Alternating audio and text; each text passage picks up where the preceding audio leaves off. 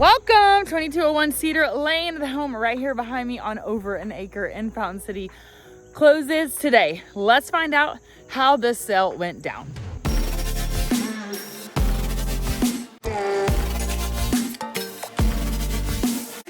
(2201 Cedar Lane). That is the house we are standing in right now.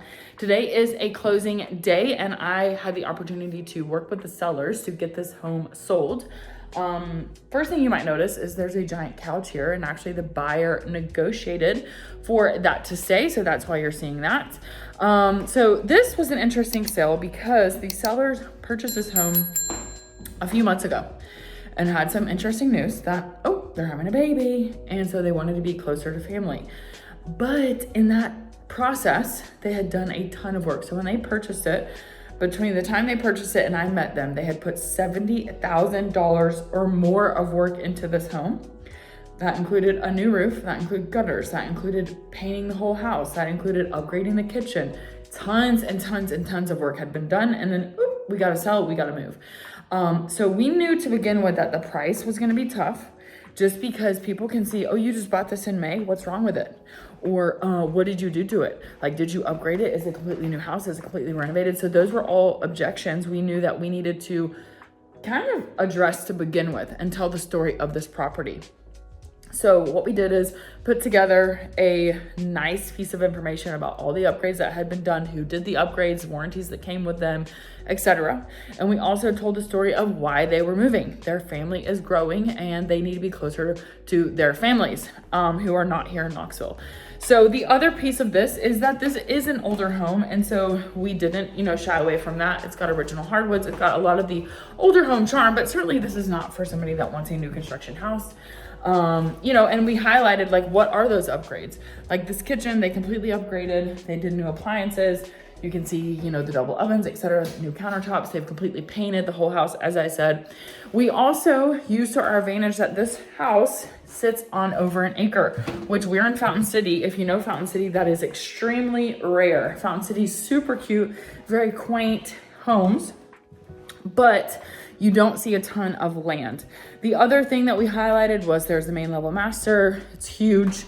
This house just has a ton of charm. I mean, I should have turned the lights on, sorry. But so anyways, there's a lot of pros about this house, but we knew we were gonna have some objections. So anyhow, we listed pretty aggressively when it came to list price. And how did we decide a list price? So as I mentioned, the sellers had specifically put in a lot of work into this property.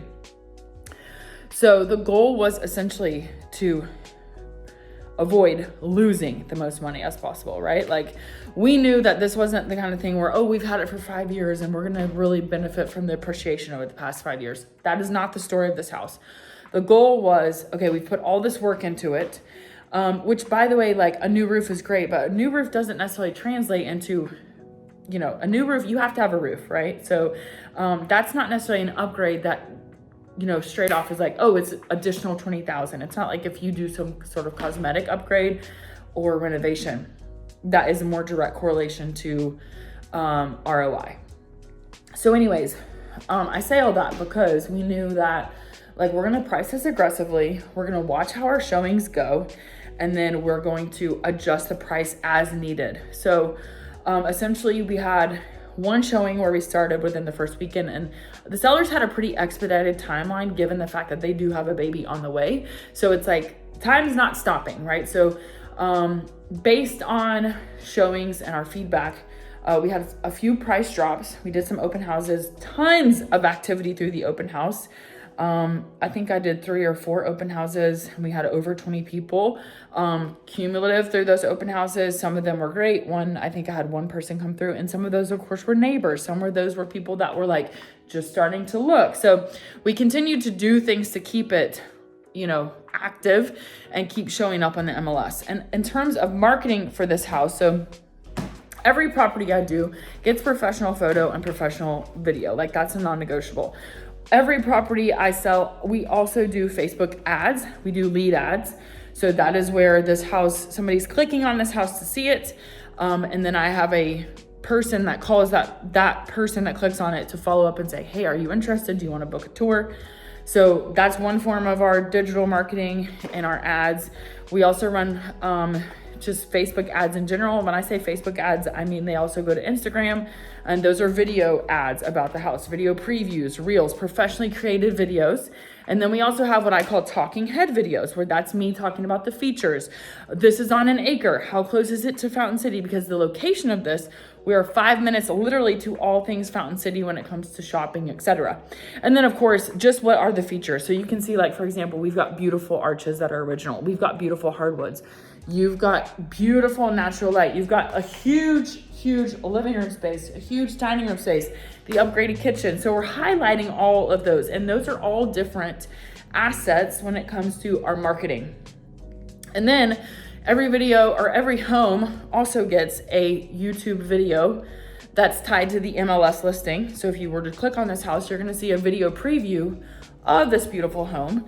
But you also get for this home, you also have a video where I'm touring the house, talking about its features, and that is going on my YouTube channel. So we have all kinds of video assets that we do. Additionally, we did brochures about the house during the walkthroughs, and in those brochures, we put the overview of all of the awesome updates.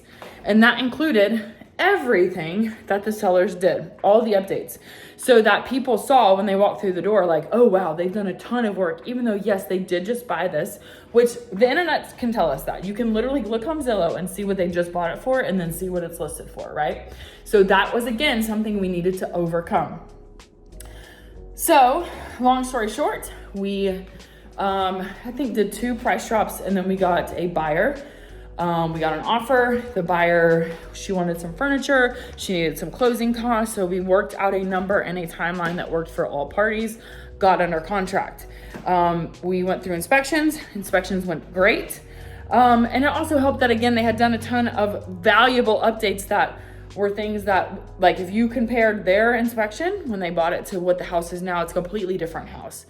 And that, again, was a story that we could tell through showings to people interested to potentially buy, etc. Went through inspections. Buyer accepts the house as is, so did not ask for any repairs. The next hurdle, the buyer has a loan, so the next hurdle was the appraisal. And that was really more the concern of anything, just because of what the house was recently purchased for. And again, that's where we tell the story to the appraiser and provided the information about the updates that had been done on this house, because you can see, if you look at the pictures when they bought it to now, it looks different, but also we wanted to provide the documentation. So we let the appraiser know, here's the updates that have been done. So the appraiser had that literature as well. And so anyways, value was good, which was a major hurdle to overcome in this property. But you know, the sellers did some great updates. We were completely informative about what had happened. And now it is closing day, and the sellers, they are on to the next thing, and the buyer closes today on this beautiful property. So anyways, that is the story of 2201 Cedar Lane and just some of the highlights of the process. Key things, again, with the sale to make it successful were clearly knowing the goals of the seller. So in this case, you know, yes, the seller in an ideal world, like, your net proceed is king. But we also wanted to be realistic about, like, we don't want to think like we're going to make $100,000 and we just bought this in May. Yes, we did put updates. Some of those were more like practical, a new roof, and some of those were cosmetic and our direct ROI, like updating the kitchen. So we had to balance that when we thought about a listing price. We looked at comps, we looked at what was reasonable in terms of that listing price. And then we also told the story through our marketing. What makes this house special? What are the updates? What are key features, why this is a great value, who this is a great house for, those kind of things. And then, I mean, this house has a ton of character, which is always something we want to show. Like, this is not a plain new construction, which is fine, but in this case, that's not this house. So we leaned on what is great about this house. And as I said, told the story, we were realistic in pricing, but number one was, what are seller goals? Seller had a specific timeline they needed to be out. And I think it was October 14th was like drop stop. Like, if we have not sold by October 14th, we have a baby coming. Like, we're just gonna have to sit on this and deal with it, and maybe sell in the spring or figure it out. However, it is October 2nd. We are closing today. We met the goal. We met in terms of the financial piece of it.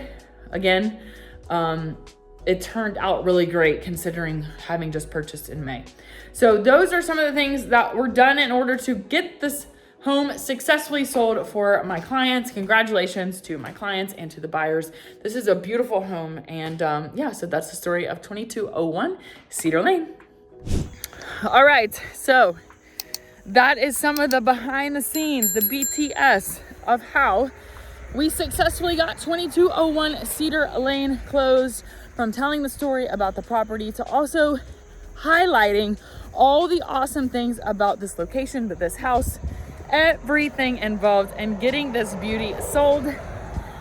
That's it. So if you have questions, give me a call. I'm Haley Jones, and I'll see you next time.